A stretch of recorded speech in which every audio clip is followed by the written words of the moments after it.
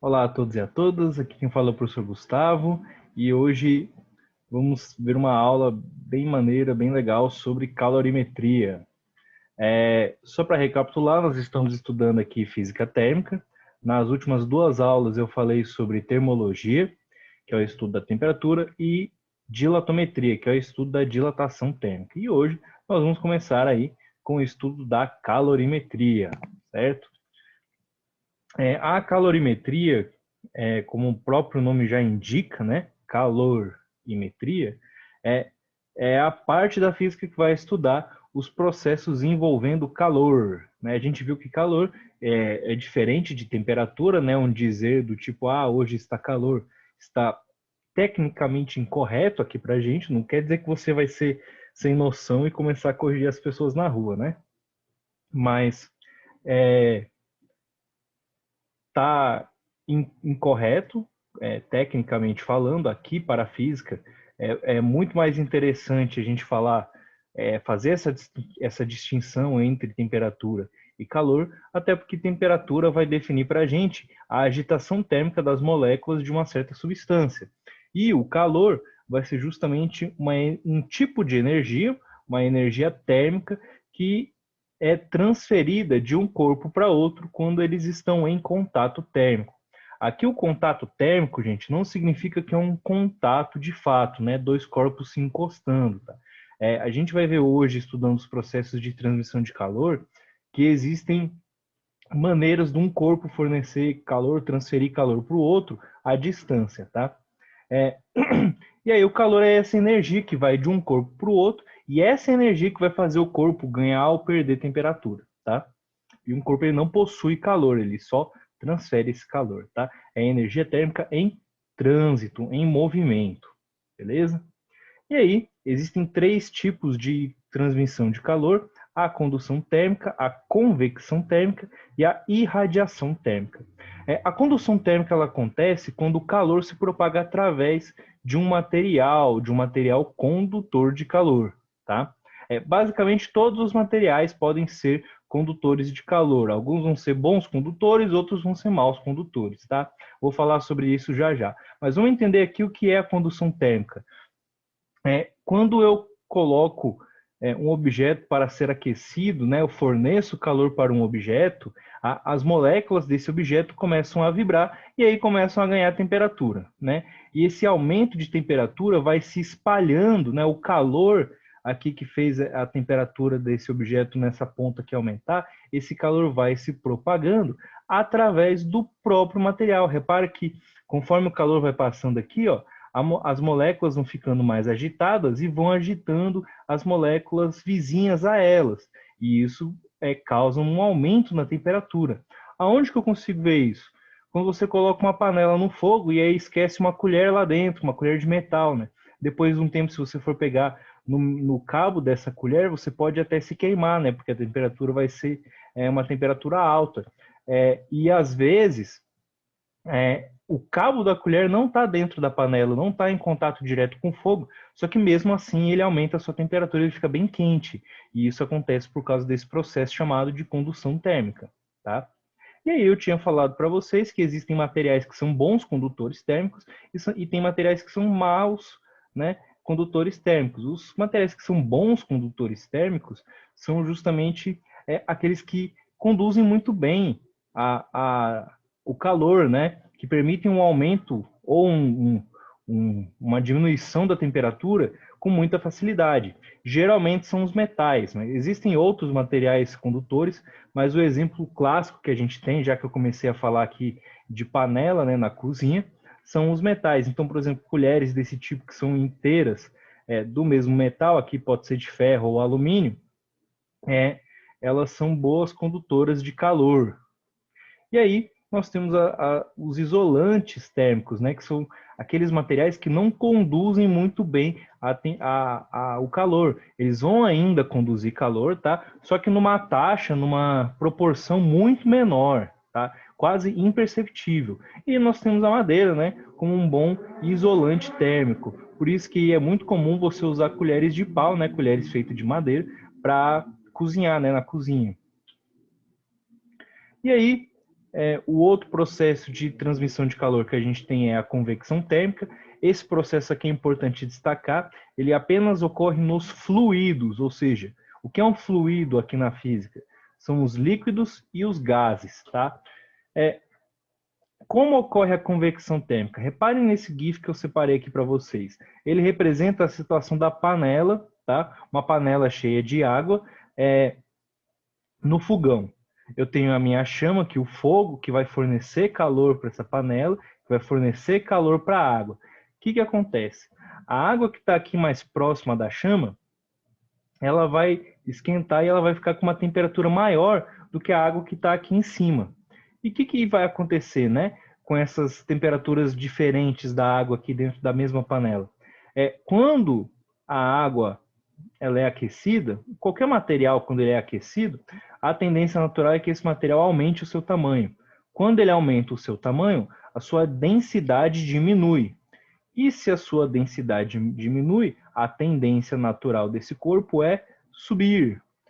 E aqui em cima, como eu tenho uma água que está numa temperatura menor, que tem um volume maior, é menor também, isso vai causar com que eu tenha uma densidade maior do que a água que está aqui embaixo. Então, a água que vai ser aquecida vai subir, a água que está resfriada vai descer. E isso vai criar, esse processo vai acontecendo continuamente e vai criar uma corrente, que é o que está indicado por essas setinhas aqui. Essas correntes são chamadas de correntes de convecção, né? Por causa da convecção térmica. E aqui é importante que reparem na diferença entre a convecção térmica da condução térmica. Da condução térmica, o calor ele se propaga através de um corpo, né? Através da substância. Aqui na convecção térmica, é a própria substância que se movimenta, que se desloca, né? Para propagar o calor. Então, é bem diferente. E a convecção térmica ela tem diversas aplicações, tá? É a principal explicação dos ventos. A geladeira ela funciona nesse processo, né? Lá em cima dela tem um ar frio e aí que desce, o ar quente sobe.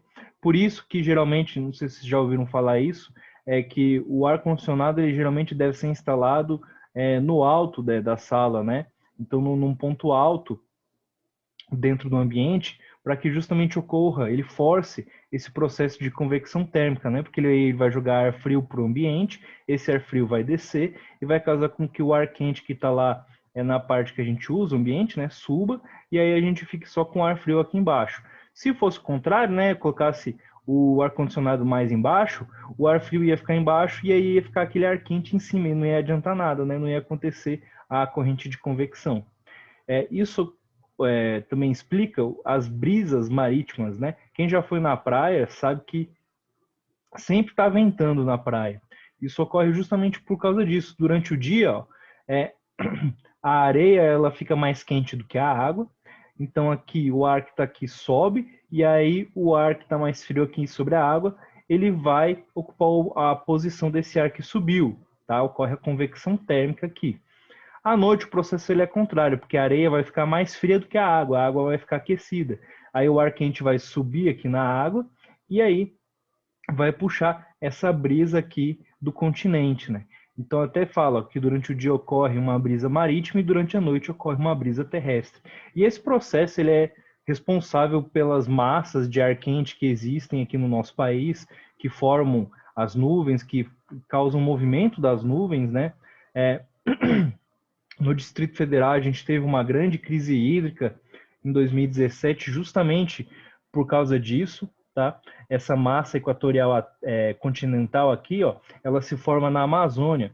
Só que como está tendo muito desmatamento na Amazônia, está tendo pouca formação de nuvens, né?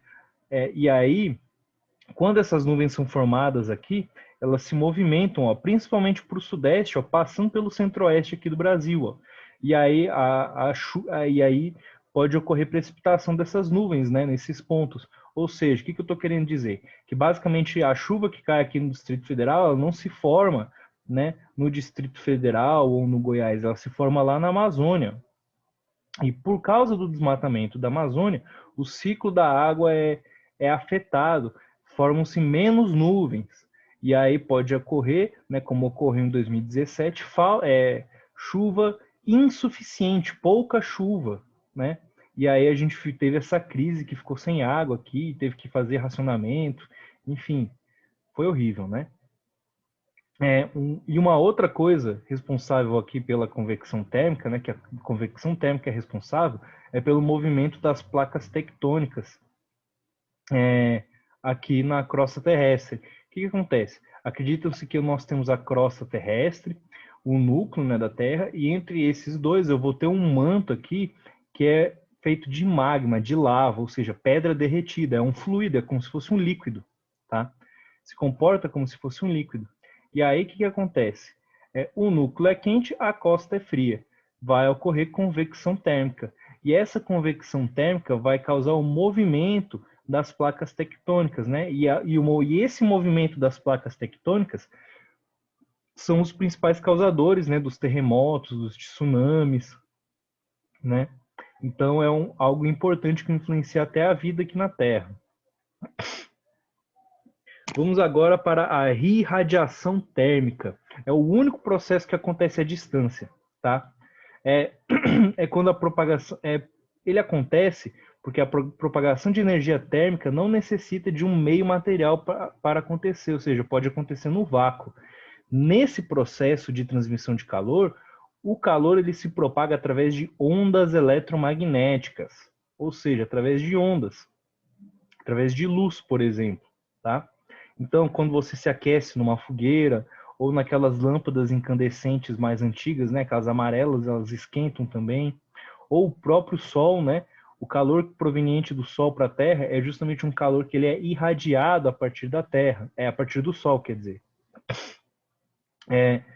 E aí a maior parte dessa radiação, desse calor que vem para a Terra, né, vem por meio de raios infravermelhos. Então nós estamos sendo a todo tempo bombardeados aí de raios infravermelhos, tá? Inclusive aquelas câmeras que a gente tem de ver a temperatura e tudo mais, você já deve ter visto na TV, em aeroporto, o pessoal usa muito. São justamente câmeras que detectam, né, raios infravermelhos e aí formam uma imagem, né, tendo uma escala de temperatura aqui, né, o azulzinho mais escuro para corpos com a temperatura mais baixa e aí passando do amarelo indo para o vermelho para corpos com temperatura mais alta, né? Então tá até estão disseminando aí fake news falando que aqueles termômetros que o pessoal usa para medir sua temperatura no mercado, eles contêm raios infravermelhos que vão afetar a sua glândula pineal, vão fazer você ter problema com hormônio, não sei o quê. Isso é tudo mentira, porque nós estamos a todo momento banhados de raios infravermelhos.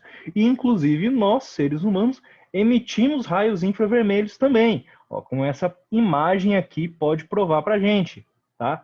Você sente o calor de uma pessoa, não sente quando você abraça ela?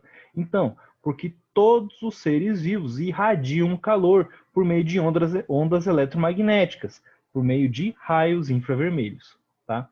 E aí ocorre o efeito estufa também, já para finalizar aqui nossa aula, por causa da irradiação térmica, ocorre o efeito estufa. O que é o efeito estufa?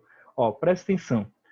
Numa estufa normal, né, aquelas de vidro que o pessoal usa para cultivar plantas e algumas hortaliças, vem a luz do sol, os raios infravermelhos passam, mas eles não conseguem sair, tá, pelo vidro por causa das características dos raios infravermelhos, das ondas, tá? E aí esse lugar vai ficando aquecido, tá? Formando esse efeito de estufa, né? Fica quentinho, fica aquele mormaço lá dentro. No nosso planeta, isso acontece também.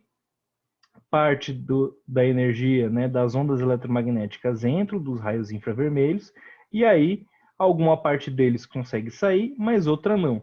Porque eu tenho aqui uma série de gases na atmosfera que vão refletir os raios infravermelhos, tá?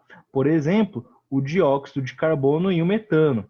Esses são gases que são facilitadores do efeito estufa. Até aí não tem problema nenhum. Só que com a modernização do nosso mundo, né, com a globalização, com a mecanização de alguns processos, ocorreu um certo acúmulo excessivo de gases aqui na atmosfera. E esses gases eles demoram pelo menos 60 anos, né? O dióxido de carbono, por exemplo, ele demora 60 anos para parar de fazer esse efeito, né, para ser diluído na atmosfera. E aí ocorre um aquecimento excessivo, porque mais raios infravermelhos vão ficar retidos aqui na Terra. E aí ocorre o que a gente chama de aquecimento global. Por isso que eles falam, cuidar, né? Antigamente, nos começos dos anos 2000 aí, eles mudaram a tecnologia que fazia desodorante, gás de geladeira, né? Aquele gás para refrigerador, porque eles eram gases que tinham CFC, que são gases que contribuem para o efeito estufa.